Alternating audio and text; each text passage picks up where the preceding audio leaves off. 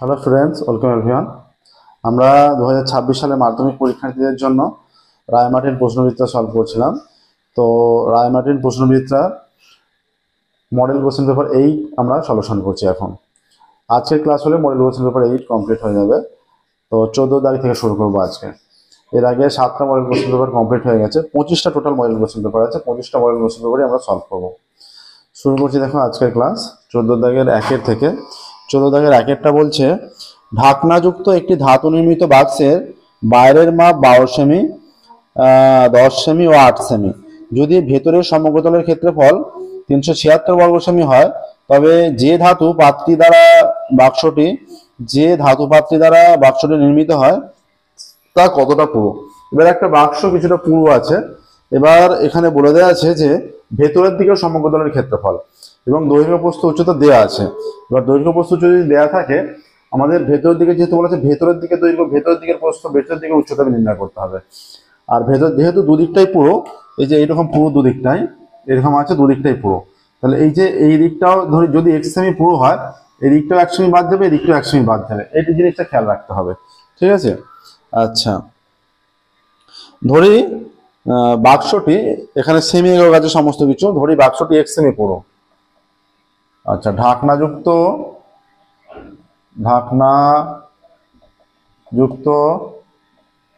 বাক্সের দৈর্ঘ্য, প্রস্থ এবং উচ্চতা যথাক্রমে 12 সেমি, 10 সেমি এবং 8 সেমি। ঠিক আছে, 12 সেমি, 10 সেমি এবং 8 সেমি এইটা। এবার এখানে চেয়েছে যেটা ভেতরের দিকে সমগ্রতলের ক্ষেত্রফল বলে দিয়েছে। ভিতরের দিকের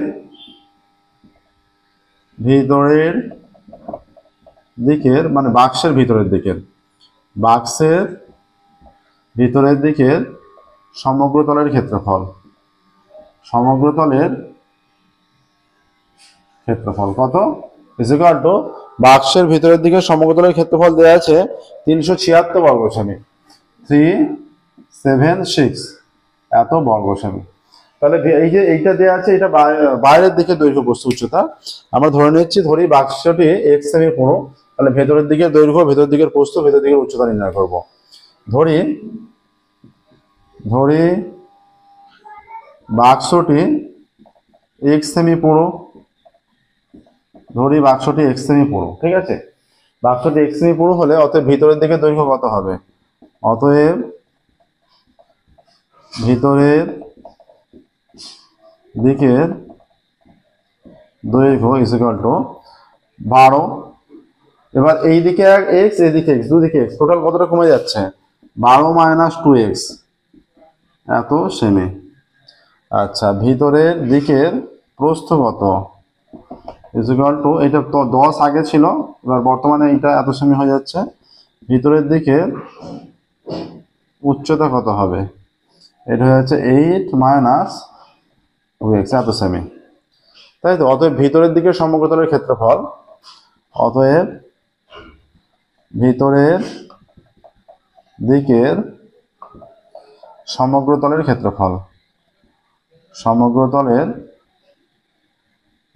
ক্ষেত্রফল is equal two 2 into,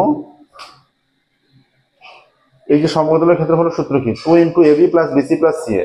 A B C যদি যথাক্রমে দৈর্ঘ্য, প্রস্থ, উচ্চতা হয়, তাহলে এই যে 12 minus 2x,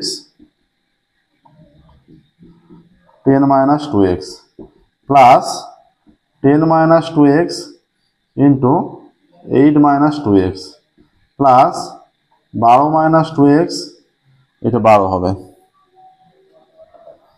plus into 8 minus 2x, এইটা এত বর্গ সেমি। ঠিক আছে, এটা সিম্পলিফাই করলে কত আসছে দেখো, এটা গুণ করলে ইজ ইকুয়াল টু 2 ইন্টু, এখানে আসছে 12 10 কে 120 মাইনাস 10 গুণে 20x minus 24x plus 4x square. আচ্ছা, plus 8 10 80 minus 20x minus 16x plus 4x square.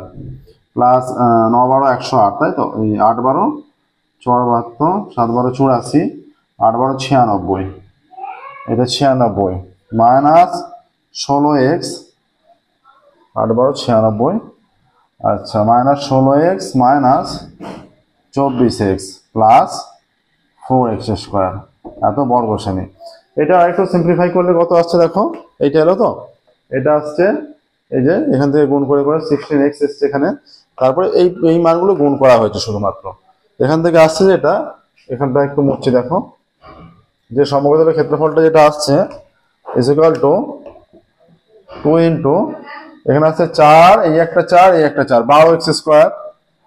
আচ্ছা এখানে কত আছে, এই যে 20 আর 24, এখানে হয়ে যাচ্ছে 44x, এইখানে 20 আর 16 36, আর এখানে আছে 16 আর 24, 40 6 10 শূন্য হাতে 1 120 মাইনাস 120x। আচ্ছা এখানে আছে 120 প্লাস 80, 120 প্লাস 80 296 প্লাস 296 এত বর্গ সেমি। ঠিক আছে, এইটা বলা আছে, এইটা আমরা ক্যালকুলেশন করে সমগ্রতলের ক্ষেত্রফল নির্ণয় করলাম। আবার সমগ্র তলের ক্ষেত্রফল বলে দেওয়া আছে, এইটা 376 বর্গ ক্ষেত্রফল, এত বর্গ সেমি হবে। এটা সেমি নয়, এত বর্গ সেমি, নিশ্চয়ই বর্গ সেমি বলা আছে বইয়ে। হ্যাঁ বর্গ সেমি বলা আছে। এবার শর্ত অনুসারে, অতএব শর্ত অনুসারে কি হয়ে যাবে, এই যে 2 ইন্টু এখানে আসছে 12x square minus 120x plus 296 is equal two 376, তাই তো? 376 হয়ে যাবে এটা।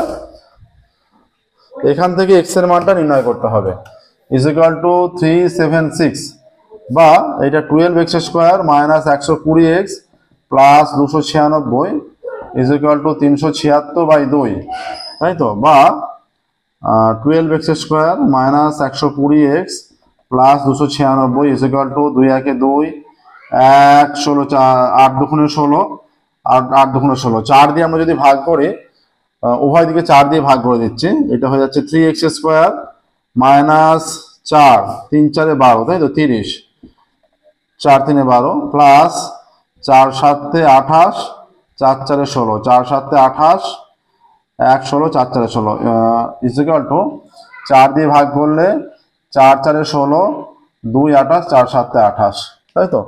4 4 16, 2 28, 4 7 28, বা 3x square minus 30x plus 74 minus 47 is equal two 0, বা এটা হচ্ছে 3x স্কোয়ার মাইনাস 30x, 7 করে 7 14 হাতে 1 4 5 5 করে 2 এর সাথে এইটা আসছে ইজ ইকুয়াল টু 0। তাহলে এই যে 27 3 27 81, 81 কে ভাঙলে কত হয়ে যাচ্ছে, 3 27 3 9 3 3। দুটো সংখ্যা এমন নিতে হবে যাদের বিয়োগফলটা হয়ে যাবে 30, যাদের বিয়োগফলটা হবে 30 এবং গুণফল হয়ে যাবে 81। কত কত নেওয়া যেতে পারে এখানে, এখানে হয়ে যাচ্ছে, আচ্ছা এইটা বড় আছে, এটা যোগফলটা হবে, তাই তো? যোগফলটা হবে, তাহলে 27 আর 3, বা এখানে এইটা 74 বড়, 3x square minus 27 plus 3x plus 27 is equal two 0। ঠিক আছে, এটা হলো, বা এটা হচ্ছে 3x square minus 27x minus 3x plus 27 is equal two 0, বা এদের থেকে 3x কমন নিলে 3x x minus 9 minus 3 common নিলে x minus 9 is equal two 0, বা x minus 9 into 3x minus 3 is equal two 0। অতএব x minus 9 is equal two 0। x minus 9 যেখানে উচ্চতাটাই অতটা, উচ্চতা x minus 9 is equal two 0, তার মানে x is equal two 9 হয়ে যাচ্ছে। এটা অগ্রাহ্য অবশ্যই হবে, কারণ এখানে দৈর্ঘ্যই বলা আছে 12, দৈর্ঘ্য বলা থাকলে এতটা পুরুত হওয়ার কোনো প্রসঙ্গই আসে না। ঠিক আছে, প্রস্থ 10, তাহলে হতেই পারে না এতটা পুরো। তাহলে এরপর যেটা আসছে, এই যে 3x minus 3 is equal two 0, বা 3x ইজ ইকুয়াল টু 3, বা x ইজ ইকুয়াল টু 3/3, বা x ইজ ইকুয়াল টু 1, এটা গ্রাহ্যমান হতে পারে। ঠিক আছে, এটা গ্রাহ্যমান হওয়া সম্ভব। অতএব বাক্সটি 1 সেমি পুরো। হ্যাঁ, এটা এককটা হচ্ছে সেমি, অতএব বাক্সটি 1 সেমি পুরু।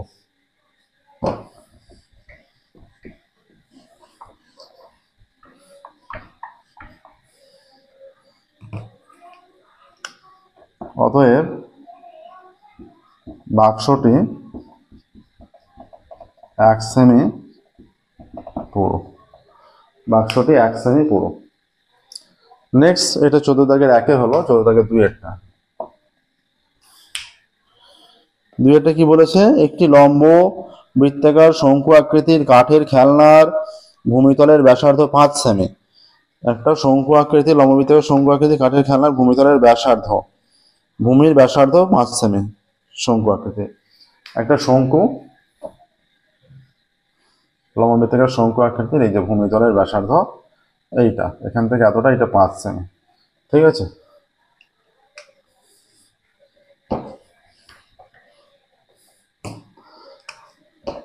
লম্ব বৃত্তাকার শঙ্কু আকৃতির কাঠের খেলনার ভূমিতলের ব্যাসার্ধ এত সেমি।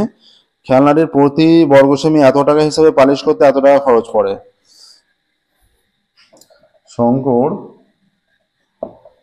ভূমির ব্যাসার্ধ সমান 5 সেমি। শঙ্কুর ভূমির ব্যাসার্ধ 5 সেমি, তাই তো? আচ্ছা, তাহলে ভূমির ব্যাসার্ধ বলে দেওয়া আছে। খেলনাটির প্রতি বর্গ সেমি এত টাকা হিসাবে পালিশ করতে এত টাকা খরচ পড়ে। খেলনাটির উচ্চতা কত?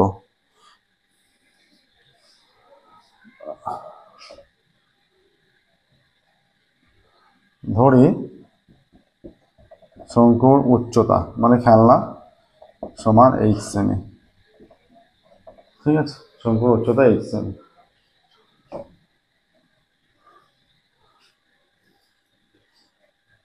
আচ্ছা, এবার দেখো, এটা পালিশ করতে প্রতি বর্গ সেমি এত টাকা হিসাবে পালিশ করতে এত টাকা খরচ পড়ে। তাহলে পালিশ করতে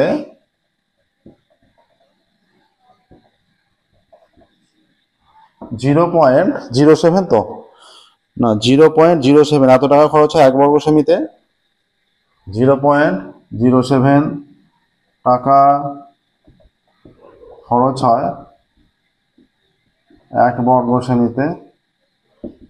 1 টাকা খরচ হয় 1/0.07 বর্গ সেমিতে।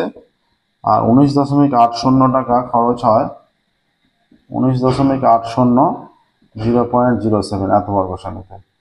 তাহলে এইখানে ইজিক্যাল টু, এটা যাবে 1980, হ্যাঁ, এই দশমিক ওঠার জন্য নিচে 100 ইন্টু আছে 0.07, দশমিক ওঠার জন্য ওপরে 100 এত বর্গ সেমি। 100 কেটে গেল, ইজিক্যাল টু 1980/7 বর্গ সেমি, ইজিক্যাল টু যাচ্ছে 7 দুগুণে 14, না এটা ভাগ করা যাবে না। তাহলে এইটা থেকে যে এলো যে পালিশ করতে মানে কতটায় পালিশ করছে, পুরোটাই তো পালিশ করবে, তার মানে এটা সমগ্রতলের ক্ষেত্রফল বেরোলো। ঠিক আছে, এটা ক্যালকুলেশনের মাধ্যমে সমগ্রতলের ক্ষেত্রফল যে ওদের দেওয়া আছে সেইটা থেকে বের হলো। আর অন্যভাবে আমরা যেহেতু এই যে ব্যাসার্ধ আর উচ্চতা জানি, সমগ্রতলের ক্ষেত্রফল বের করব। খেলনার সমগ্র তলের ক্ষেত্রফল ইজিক্যাল টু পাই আর। এসব মান বলা আছে, আমরা মানগুলো পুট করছি। পাইয়ের মান 22/7, পাই আর ইন্টু আর প্লাস এইচ, 5 প্লাস এইচ এত বর্গ সেমি, এইটা হয়ে যাচ্ছে। তাহলে শর্তানুসারে এইটা ইজিক্যাল টু এইটা হবে, দুটো মান একই। দুভাবে বেরিয়েছে, দুভাবে একই খেলনার সমগ্রতলের ক্ষেত্রফল বেরিয়েছে। এইটা হচ্ছে যে রঙের প্রসেস অনুযায়ী বেরিয়েছে, রং করতে কত খরচ হয় সেই অনুযায়ী বেরিয়েছে। আর এটা উচ্চতা আর ব্যাসার্ধ জানি, সেই অনুযায়ী বেরোচ্ছে। এটা দুটো মান একই, অতএব শর্তানুসারে উচ্চতা নির্ণয় করতে হবে। এখান থেকে উচ্চতা পেয়ে যাব। অতএব শর্তানুসারে 22/7 into 5 plus H equal to 1980/7, বা 5 প্লাস এইচ, এটা যেহেতু গুণ আকারে আছে, এটা পুরোটা থাকবে কিন্তু গুণ আকারে আছে। 1980/7 ইন্টু 7/22 ইন্টু 1/5, 7 7 ক্যান্সেল, ঠিক আছে। 5 দিয়ে যদি ক্যান্সেল করি, 5 4 20, এই 5 5 3 15, 3 হবে, 5 3 15, 4 48, 5 9 45, 5 3 15, 4 48, 5 9 45, 3 5 6 30। আচ্ছা, 11 দুগুণে 22, 11 দিয়ে হলে 3 11 33, 6 66, 6 11 66, এইটা কাটলে 18 ইকুয়াল টু 18। অতএব বা 5 প্লাস এইচ ইকুয়াল টু 18, অতএব এইচ ইকুয়াল টু 18 মাইনাস 5 বা H equal to 13, H equal to 13, ঠিক আছে। আচ্ছা, এটা এখানে এলো এইচ এর মান। কি চেয়েছে? এখানে চেয়েছে 14 দাগের 2-এরটা, খেলনার উচ্চতা কত। খেলনার উচ্চতা আসছে, কোন উচ্চতা চেয়েছে? খেলনার উচ্চতা আসছে 13 সেমি। আচ্ছা, 5 প্লাস এইচ, 18 মাইনাস 5 13। আবার ক্যালকুলেশনটা আরেকবার দেখো। এখানে আসছে 0 0 কেটে দিলে এখানে 1980/7 প্রতি বর্গ সেমি এত টাকা হিসেবে পালিশ করতে এত টাকা খরচ পড়ে। ভূমির ব্যাসার্ধ বলা আছে, তাহলে পাই আর 22/7 into R, R plus H, 22/7 R 5 5 plus H equal to মানটা, তাহলে ওদিকে গেলে 1980/7 ইন্টু 7/22 ইন্টু 1/5 হয়ে যাবে। তাহলে 7 7 ক্যান্সেল হয়ে গেল। প্রথমত 11 দিয়ে 5 দিয়ে কাটছি, 5 3 15, 4 48, 5 9 45, 3 30, 5 6 30, 11 দিয়ে কাটলে 11 দুগুণে 22, 3 11 33, 6 66, 6 11 66, 2 দিয়ে কাটলে 18 হয়ে যাচ্ছে। 18, তাহলে 5 প্লাস এইচ ইকুয়াল টু 18, তাহলে এইচ ইকুয়াল টু হয়ে যাচ্ছে 5, 18 মাইনাস 5, 18 মাইনাস 5 হলে 13 হয়ে যাচ্ছে, এইচ এর মান 13। তাহলে এখানে খেলনার উচ্চতা নির্ণয় করো। তাহলে খেলনার উচ্চতা হয়ে যাচ্ছে 13 সেমি। তাহলে এইটা যদি উচ্চতা হয়, এটা 5, এরা কিন্তু সমকোণী ত্রিভুজ গঠন করে। 13 কিন্তু এইটা হওয়ার কথা, হ্যাঁ, এইটা 12 হওয়ার কথা। পাই আর ইন্টু আর প্লাস এইচ, 13 হওয়ার কথা, এটা 12 হওয়ার কথা। কিন্তু এইখানে এইচ এর মানই আসছে 13, এইচ এর মান যদি 13 এসে দেয়, ওটার মান আরো বেশি হয়ে যাবে, ঠিক আছে। আচ্ছা, আমরা যদি অন্যভাবে এটা এইচ এর মান জানি, এইচ ইকুয়াল টু 13 সেমি আসছে। তাহলে এখানে বলছে যে খেলনার উচ্চতা কত, অতএব খেলনার উচ্চতা 13 সেমি। অতএব খেলনার উচ্চতা সমান 13 সেমি, এইচ এর মান 13ই আসছে। 13 13 আর 5 18, বিয়োগফল করলে এটাই আসছে ব্যাসার্ধ।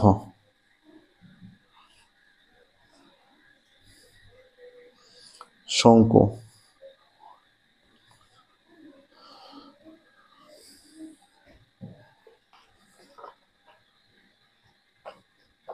এবার আমরা শুরু করব যেটা 13 দাগের এর পরের চ্যাপ্টার।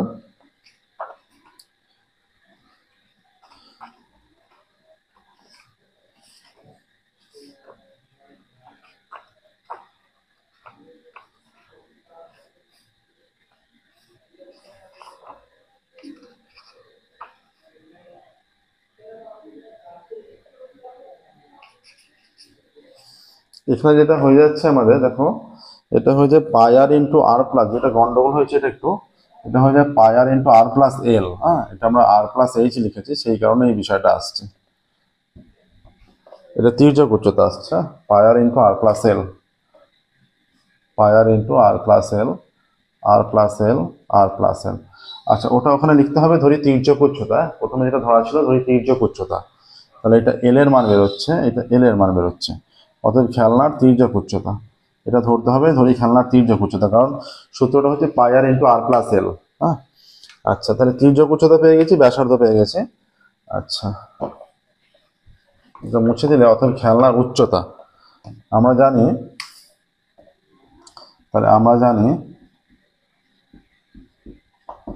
যে r square plus h square is equal to l square. আর কত 5 square plus h square is equal to l এর মান 13 স্কোয়ার। অতএব h square is equal to 13 × 169 minus 25 বা h square is equal to 144। অতএব h is equal to plus minus 12, তাহলে H is equal two 12। অতএব খেলনার উচ্চতা সমান 12 সেমি হলো। খেলনার উচ্চতা 12 semi.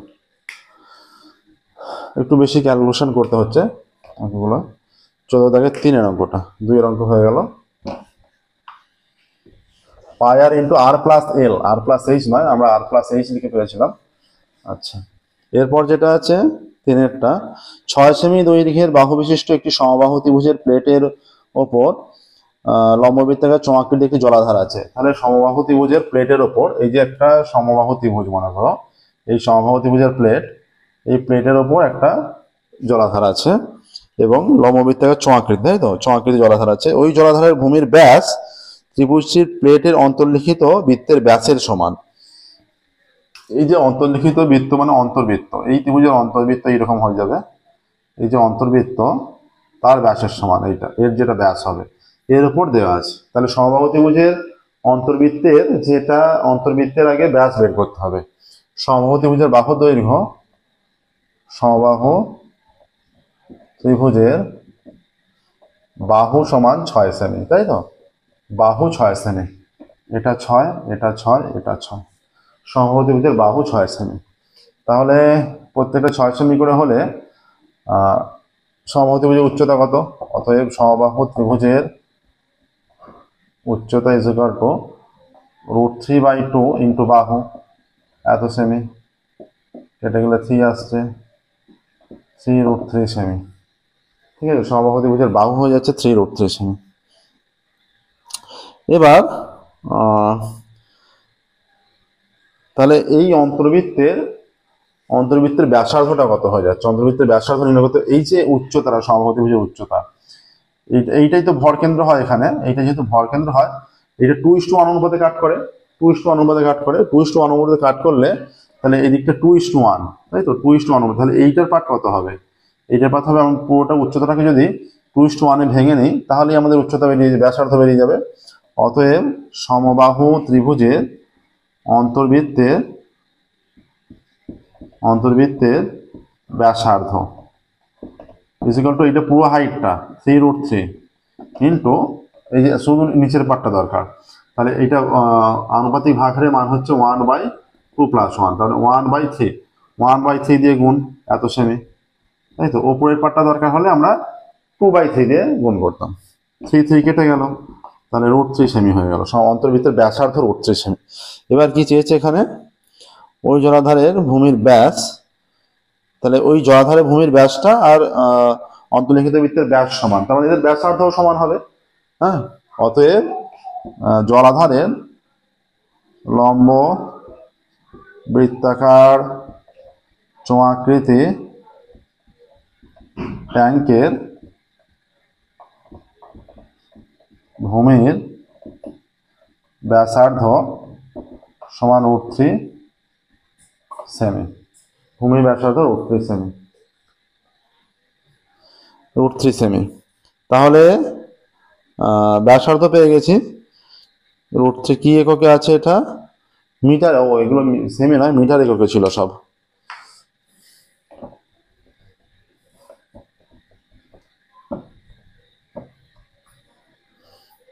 Metre,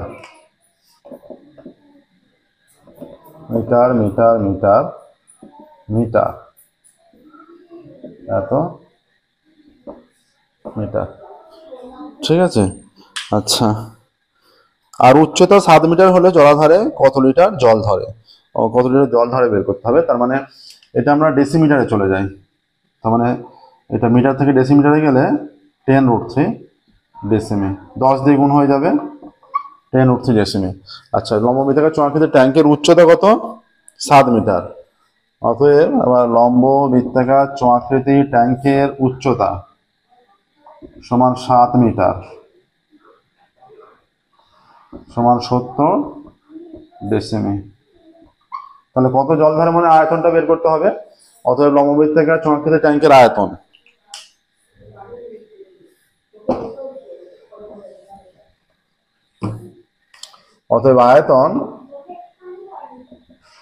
is equal to pi r square, r মানে 10√3 into 10√3 pi r square h মানে 70, এত ঘন ডেসিমি।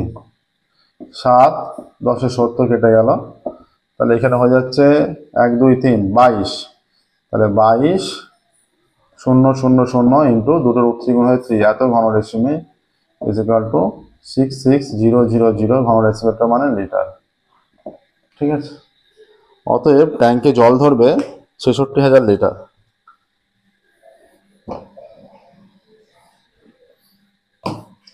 অতএব ট্যাঙ্কে 66000 এত লিটার জল ধরবে। ঠিক আছে, ট্যাঙ্কে এত লিটার জল ধরবে। হলো 14 দাগের 3-এরটা। এবার যাবো আমরা 15 দাগে। 15 দাগের 1-এর।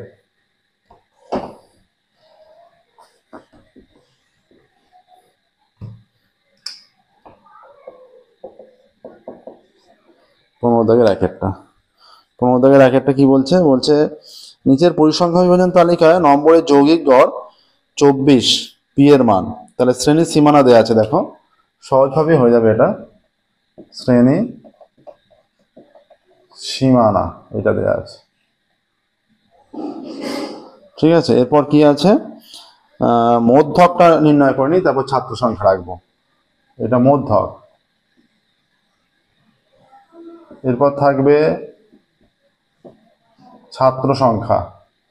ঠিক আছে, এই যে মধ্যক মানে এটা এক্স আই, এটা এফ আই। ঠিক আছে, আচ্ছা এখানে দেখো এই 0 থেকে 10, 40 থেকে 50 পর্যন্ত। 0 থেকে 10, এই যে 10 থেকে 20, 20 থেকে 30, 30 থেকে 40, আর 40 থেকে 50। আচ্ছা মধ্যক এইটা 5, এটা 15, এটা 25, এটা 35, এটা 45। ছাত্র সংখ্যা কত কত আছে? 15 20 35 পি 10। এইটা হচ্ছে 15, এটা 20, এটা 35, এটা পি, এটা 10। আর এইখানে দেখো একটা নির্ণয় করতে হবে। এটা যেটা নির্ণয় হবে এটা হচ্ছে এফ আই এক্স আই, এটা নির্ণয় করবে। 5 15 75 আসছে, 15 দুগুণে 30 300। আচ্ছা 35 ইন্টু 25 কত হচ্ছে? 350, 35 25, 5 5 25 5 থেকে 2, 3 5 15 থেকে 17 ইন্টু 35 দুগুণে 70, 5 7 8, 875, তাই তো? 875। এটা 35 পি, আর এটা আসছে 450। এটা summation of F I X I কত আসছে? ইজ ইকুয়াল টু 5 আর 5 10 শূন্য হাতে থেকে 1, 5 আর 5 10 শূন্য হাতে থেকে 1, 7 আর 1 8, 8 আর 7 15, 15 আর 5 20 শূন্য হাতে থেকে 2, 15 আর 5 20 শূন্য হাতে থেকে 2, 2 আর 3 5, 5 আর 8 13, 13, 13 আর 4 17, 1700 আসছে। ঠিক আছে,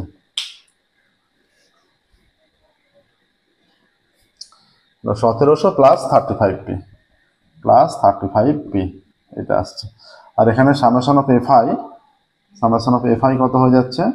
এইটা আসছে পি প্লাস, আচ্ছা 35 আর 15 50, 60 70 80। ঠিক আছে, এইটা আসছে। কি চেয়েছে? প্রদত্ত যৌগিক গড় কত? প্রদত্ত যৌগিক গড় 24, তাই তো? প্রদত্ত যৌগিক গড়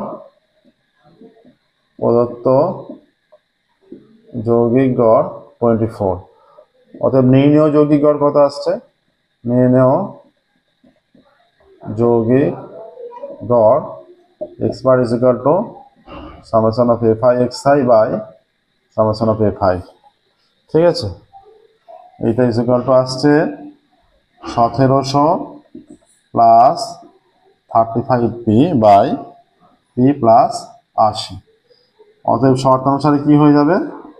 শর্তানুসারে এইটাই যেহেতু যৌগিক গড়, এইখানে এই যে 1700 plus 35p by p plus 80 equal to 24 হয়ে যাবে। ঠিক আছে, এবার কি করতে হবে? কোনাকুনি গুণ করতে হবে। কোনাকুনি গুণ করলে কি আসছে? বা এই যে 1700 প্লাস 35p ইকুয়াল টু হয়ে যাচ্ছে 24p প্লাস এখানে 0। আচ্ছা, 4 8 32 2 হাতে 3 8 2 16 3 19 0 4 8 32 2 হাতে 3 8 2 16 3 19। ঠিক আছে, এইটা আসছে।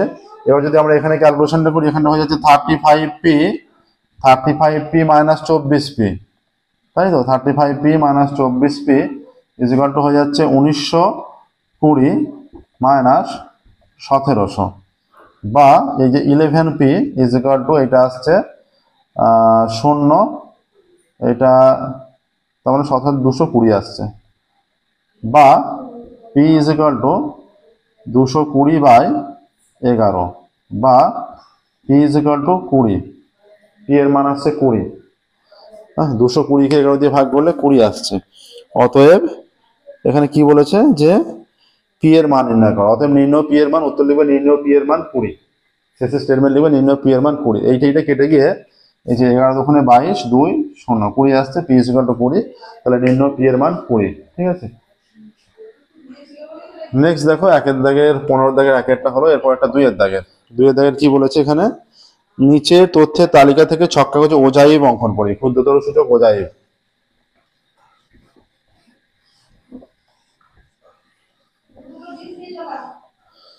ওজাইব বললে তথ্য দেওয়া আছে ছক কাগজে, ক্ষুদ্রতর সূচক ওজাইব। এখানে আগে ক্ষুদ্রতর সূচক ক্রমযৌগিক পরিসংখ্যা নির্ণয় করতে হবে, তাই তো? ক্ষুদ্রতর সূচক ক্রমযৌগিক পরিসংখ্যা।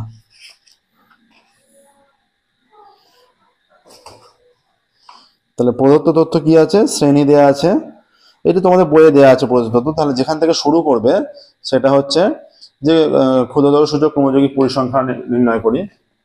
ক্ষুদ্রতর সূচক ক্রমযৌগিক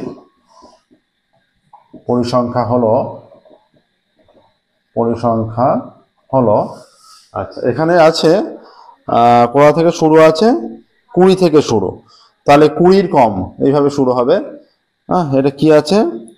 শ্রেণী, শুধুমাত্র শ্রেণী দেয়া আছে। তাহলে 20 কম, আর এটা পরিসংখ্যা। এইটা হচ্ছে 20 কম, এখানে 20 এত এর কম, 20 কম এখানে 20 কম 0। আচ্ছা, তারপর হয়ে যাচ্ছে 30 এর কম, 30 এর কম, 20 থেকে 30 এর মধ্যে 10, এখানে 10। আচ্ছা, কোনটা কত? এখানে একটা হচ্ছে নিচের তালিকা থেকে ক্ষুদ্রতর একটা শ্রেণী আর পরিসংখ্যা কিছু দেয়া নেই, তাহলে ক্ষুদ্রতর সূচক এটা পরিসংখ্যা, এটা পরিসংখ্যা।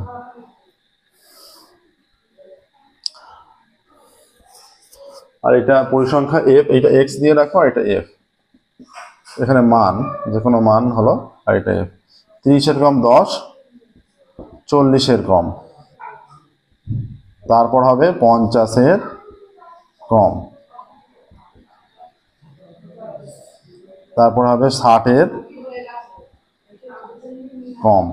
ঠিক আছে, 60 এর কম হলো কত পর্যন্ত আছে? 70 80 90, 90 পর্যন্ত আছে। 70 এর কম, 70 এর কম, তারপর হচ্ছে 80 এর কম, 80 এর কম, তারপর হচ্ছে 90, 90 এর কম। ঠিক আছে, এই পর্যন্ত। কত কত হচ্ছে? প্রথমে 0 থেকে 10, 10, তারপরে 30 40 এর মধ্যে 8, তাহলে 10 আর 8 18 হয়ে যাবে। আচ্ছা, তারপরে এখানে আছে 10 আর 8 18, 18 আর 12, তাহলে এখানে 30, 18 আর 12 30, তারপরে 18 আর 12, 12 পর আছে 24, তাহলে 54 হয়ে গেল। এরপর একটা 54, তারপরে আছে 6, 54 আর 6 60। হ্যাঁ, 60 থেকে 70 এর মধ্যে 6 আছে, 70 থেকে 80-র মধ্যে 25 আছে, তাহলে এর সঙ্গে 25 যোগ করলে 85 হয়ে যাচ্ছে। 70 থেকে 80-র মধ্যে 25, 80 থেকে 90-এর মধ্যে 15, এর সঙ্গে 15 যোগ করলে 100 হয়ে যাচ্ছে। অতএব n ইজ ইকুয়াল টু হয়ে যাচ্ছে 100। ঠিক আছে, n ইজ ইকুয়াল টু যদি 100 হয়ে যায়, এবার এখানে ছক কাগজে এটা একটু লিখতে হবে যে ছক কাগজে এই যে দুটো ভাগ আছে এইভাবে, এক্স অক্ষ আর ওয়াই অক্ষ, এটা নিতে হবে। এখানে যে মানটা থাকবে বা এইখানটা দিয়ে শুরু করলে যে এইরকম একটা দিয়ে দিতে পারো যে এখানে তো 20 থেকে শুরু হচ্ছে, এখানে 20 থেকে শুরু হচ্ছে যেহেতু 20,0, যে এবার এখানে বাক্যগুলো এটা হচ্ছে যে ছক কাগজে ক্ষুদ্রতম বর্গক্ষেত্রের প্রতি একক বাহুকে এক এককেই ধরা যেতে পারে, এক্স বরাবর ওয়াই বরাবর দুদিকেই ধরা যাবে। ঠিক আছে, আচ্ছা, বা এইগুলো নিজেকে বুঝে ক্যালকুলেশনটা করতে হবে যে আমি যদি এই যে 100 পর্যন্ত উপর থেকে মানটা পাচ্ছি কিনা। যদি 100 পর্যন্ত না পাওয়া যায় তাহলে প্রতি বাহুকে 2 একক এরকম ধরতে হবে। ঠিক আছে, তাহলে এবার হবে 20,0, এইখানটা সাপোজ 20,0, এটা হচ্ছে 20,0। এরপরের মান আছে 30,10, এখানে প্রত্যেকটা এক ঘর করে 20, 30, 40, 50, 60, 70, 80, 90, 100 এরকম 20,0। আর এই বরাবর হচ্ছে 10, 20, 30, 40, 50, 60, 70, 80, 90, 100। এবার ছক কাগজ দেখে এটা একটু লিখতে হবে যে ছক কাগজে 20,0, 30,10, 40,18, 50,30, 60,54, 70,60, 80,85, 90,100 বিন্দুগুলি স্থাপন করলাম এবং স্থাপনগুলি করে এগুলি যোগ করে আমরা ওজাইভ পাচ্ছি। ঠিক আছে, তাহলে প্রতি একক বাহুকে এক একক হিসেবে ধরলে এখানে 20,0, তারপরটা আসবে 30,10, এখানে 30,10 হচ্ছে এইখানে এই সোজা। তারপরটা হয়ে যাচ্ছে 40,18, এটা 40, 40,10 আর 10-এ 20, এটা 18, তার একটু আগে। আচ্ছা, এইটা হচ্ছে 40,18, তারপরে 50,30, 10, 20, 30, 50,30। আচ্ছা, 60,54, 60,10, 20, 30, 40, 50, 60,54, তাহলে এই বরাবর এসে এইখানটা চলে আসবে, এইখানটা 54 মাঝে। এটা ছক কাগজে আরো সুন্দরভাবে করা যাবে। 20, 30, 40, 50, 60, 70, 70,60, 10, 20, 30, 40, 50, 60, 70,60 এইখানে আসবে, এইটা এইখানটা হয়ে যাচ্ছে 70,60। আচ্ছা, এইটা 80, তাই তো, 80,85, 10, 20, 30, 40, 50, 60, 70, 80, 80,85 এইখানে গিয়ে এখানে 70, এরপর একবারে 85 চলে যাচ্ছে, 80, 85 এইখানটা হয়ে যাচ্ছে। ঠিক আছে, এরপর 80,85 হলো 90,100, 80, এটা 90, 90,100 এই সোজা যাচ্ছে এখানে গিয়ে এইটা। ঠিক আছে, 90,100। এবার স্টেপ বাই স্টেপ পেন্সিল আর স্কেল ইউজ করে অ্যাড করতে হবে এইটা, এইটা, এইটা, এইটা। এটা হচ্ছে ওজাইভ। এটা এক্স অক্ষ বরাবর, এটা ওয়াই অক্ষ বরাবর। এটা এক্স ড্যাশ, ওয়াই ড্যাশ, বা এরকম না দিয়ে এটা শ্রেণী, আর এটা পরিসংখ্যা, এগুলো বাদ দিয়ে শ্রেণী পরিসংখ্যা। ঠিক আছে, শ্রেণী আর পরিসংখ্যা এগুলো লিখতে হবে যে ছক কাগজে 20,0, ছক কাগজে প্রতি একক বাহুকে 20,0, 30,10, 40,18, 50,30, 60,54, 70,60, 80,85, 90,100, 1, 2, 3, 4, 5, 6, 7, 8, 1, 2, 3, 4, 5, 6, 7, 8, 8টা।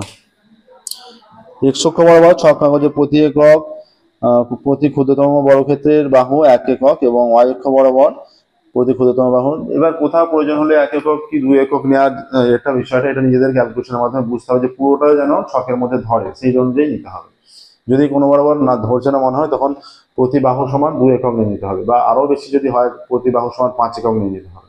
হ্যাঁ, সেই বরাবর বুঝে ধরাতে হবে।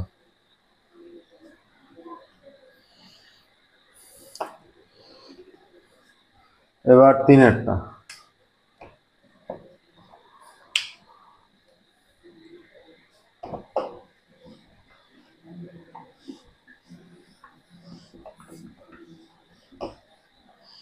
3 বলছে পরিসংখ্যা বিভাজনটির সংখ্যাগুলো মান 26 হলে এফ এর মান নির্ণয় করো। তাহলে এখানে পরিসংখ্যা বিভাজনের সংখ্যাগুলো মান 26 বলে দিয়েছে, তাই তো। সংখ্যাগুলো মান একটা তথ্য দেওয়া আছে, তার সংখ্যাগুলো মান 26 হলে সেই এফটার মানটা নির্ণয় করতে হবে।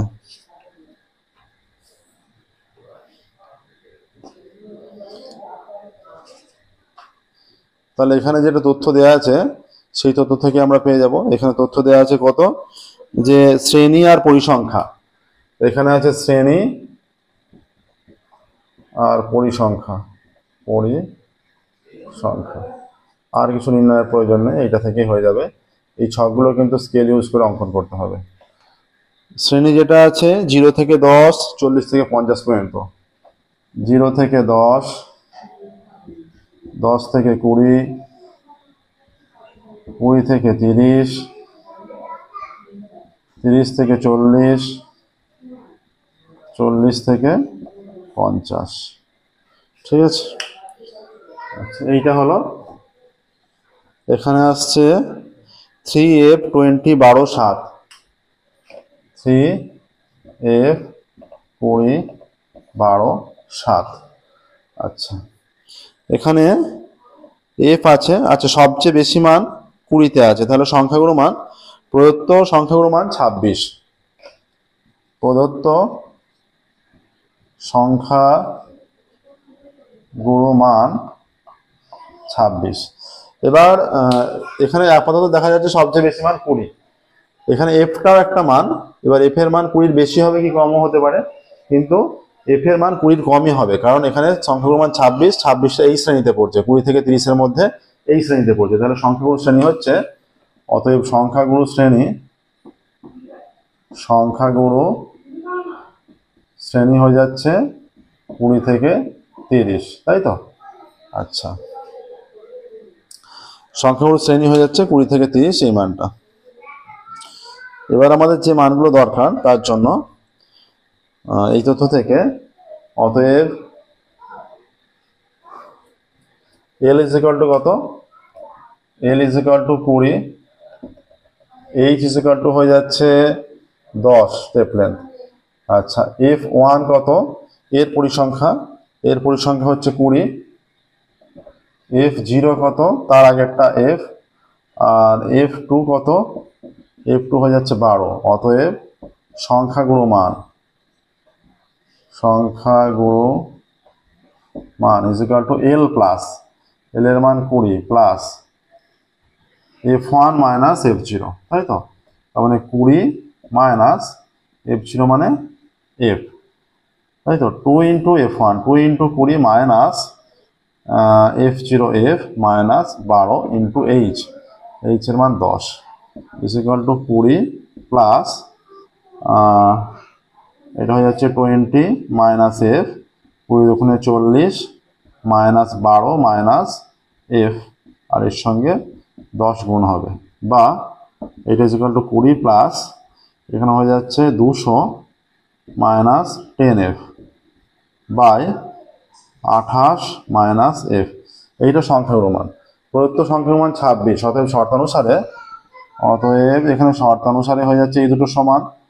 শর্তানুসারে 20 প্লাস এটা 200 minus 10F by 28 minus F is equal to 26, বা এটা 28 তো, বা 200 minus 10F by 28 minus F is equal to 26 minus 20, 26 minus 20 এলো। তাহলে এখান থেকে এবার বাকি ক্যালকুলেশন যদি এদিকে করি, এটা কি হয়ে উঠবে, এটা হয়ে উঠছে এখানে, তাহলে কোনাকুনি গুণ করলে যে 200 minus 10F is equal two, এখানে হয়ে যাচ্ছে 26 মাইনাস 20, 6 ইন্টু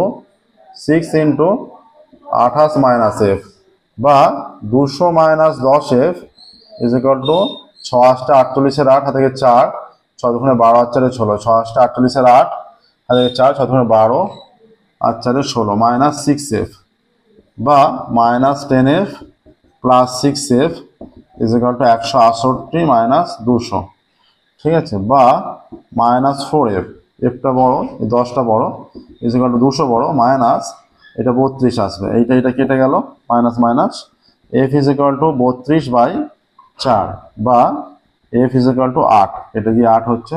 অতএব নির্ণয় এফ এর মান 8। ঠিক আছে, নির্ণয় এফ এর মান কি বের করতে দিয়েছে, এফ এর মান। অতএব কি বলেছে যে এফ এর মান নির্ণয় করো। অতএব এফ এর মান 8 হলো। দেখো কমপ্লিট হলো। মডেল কোশ্চেন পেপার 8-এর 14 দাগ এবং 15 দাগ হয়ে গেল, এবং এর সাথে সাথে মডেল কোশ্চেন পেপার 8 সম্পূর্ণরূপে কমপ্লিট হলো। আজকের ক্লাস আমরা এখানেই স্টপ করবো। পরবর্তী ক্লাসে মডেল কোশ্চেন পেপার 9 থেকে সলভ করা শুরু করবো। ওকে, দেখে নাও প্রসেসটা। এটা সংখ্যাগুণ এই টাইপেরও কিন্তু অনেক অঙ্ক থাকছে এই জাতীয়। যৌগিক গড় বলে দিয়ে যৌগিক গড় একটা অজানা মান দিয়ে দিয়েছে, সেখান থেকে সেই মানটা নির্ণয় করতে দিয়েছে। এর ক্ষেত্রেও তাই। ঠিক আছে, আজকের ক্লাসে আমরা এখানেই স্টপ করছি। পরবর্তী ক্লাসে thank you very much everyone.